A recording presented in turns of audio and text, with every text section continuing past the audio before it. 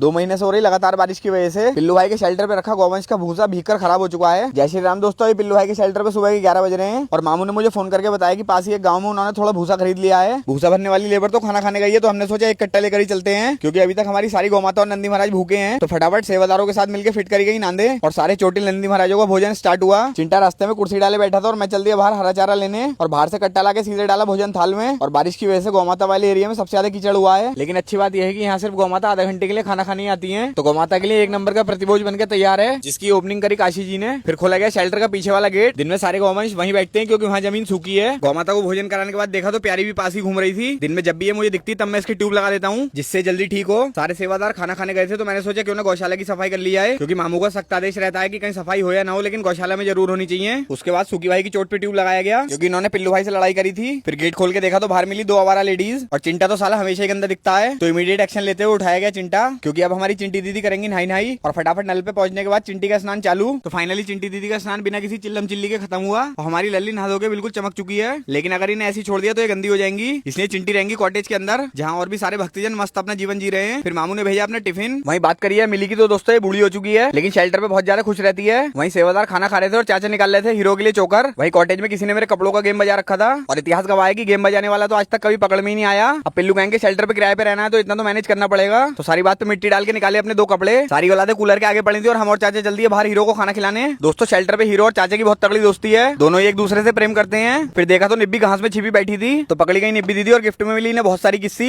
वहीं सेवादार खाना खा रहे थे और अचानक समझ आया कि वीडियो बन रही है। पिल्लू गैंग के लिए दोस्तों कॉटेज और शेल्टर दोनों बना हुआ है, लेकिन इन्हें चैन आता है गौशाला में आके। फिर हम और तारा चल दिए पिल्लू भाई के कॉटेज की तरफ। तारा के दोस्तों 3 पैर है, लेकिन ये मुझसे बहुत ही ज्यादा प्यार करती है, क्योंकि पिल्लू भाई के कॉटेज में इन्हें बचपन से इतना प्यार मिला है कि लड़ाई झगड़ा जानते ही नहीं है। और नहाने से पहले दर्शन हुए प्लस भाई के। मेरा मोटा तो बहुत ही ज्यादा प्यार है और इनके भैया जिनका नाम माइनस है वो रहते हैं रसोई के काउंटर के नीचे। तो सारा ड्रामा खत्म हो चुका है और अब मैं नहाऊंगा। शेल्टर पे दोस्तों मैं कभी भी और कहीं भी नहा लेता हूँ, क्योंकि शेल्टर है पिल्लू भाई का और उनसे अपनी बहुत तगड़ी सेटिंग है। बचपन और जवानी तो निकल चुकी है, लेकिन बालों में सरसों का तेल डालना तो आज भी कंपलसरी है। दोस्तों पिल्लू गैंग के लिए रोटी और अपना खाना डेली मामू के घर से आता है। पिछले जन्म में कुछ अच्छे कर्म रहे होंगे मेरे जो इतने बढ़िया मामू मिले। फिर देखा तो सेवादारों में भगदड़ का माहौल था, क्योंकि बारिश आ चुकी थी और बहुत सारा सामान ऐसा था जो बाहर भीग जाता। उसके बाद हम पहुंचे रसोई के काउंटर में, जहाँ बहुत सारी दवाई रखी थी। तो सेवादारों को आगे दी गई कि सारा सामान निकाल के साफ करके वहीं लगा दिया जाए। तो अपने एनएसजी कमांडो के साथ जाके मैंने लिया ट्रैक्टर किराए पे, क्योंकि हमें जाना है यहाँ से 4 किलोमीटर दूर गौमाता के लिए भूसा लेने। और नए ट्रैक्टर चला के तो आज मजा ही आ गया। और जगह पे पहुंचते ही खेत का गेट खोलते दिखे चाचा और ट्रैक्टर अंदर लेते लगाया गया सीधे ढेर पे। और सबसे पहले देखिए अपने काम की चीज, इसे कहते हैं दोस्तों फूस, और मच्छर भगाने के लिए धुआं करने में काम आती है। तो सबसे पहले ट्रैक्टर में लोड करी गई फूस। वहीं लेबर कट्टों का वेट कर रही थी और मैं बैठा था काउंटिंग पे। सीजन के रेट के मुकाबले भूसा हमें इस बार थोड़ा महंगा मिला, लेकिन मजबूरी का नाम भी मोहनदास करमचंद गांधी है। तो सारा भूसा लेके हम पहुंचे सीधे पिल्लू भाई के शेल्टर पे और अब चलेगा भूसे की अनलोडिंग का प्रोग्राम। दोस्तों बहुत मेहनत से हम इन सड़क के जानवरों को बचाने का प्रयत्न कर रहे हैं। अच्छा लगे तो फॉलो जरूर करें। बोलो।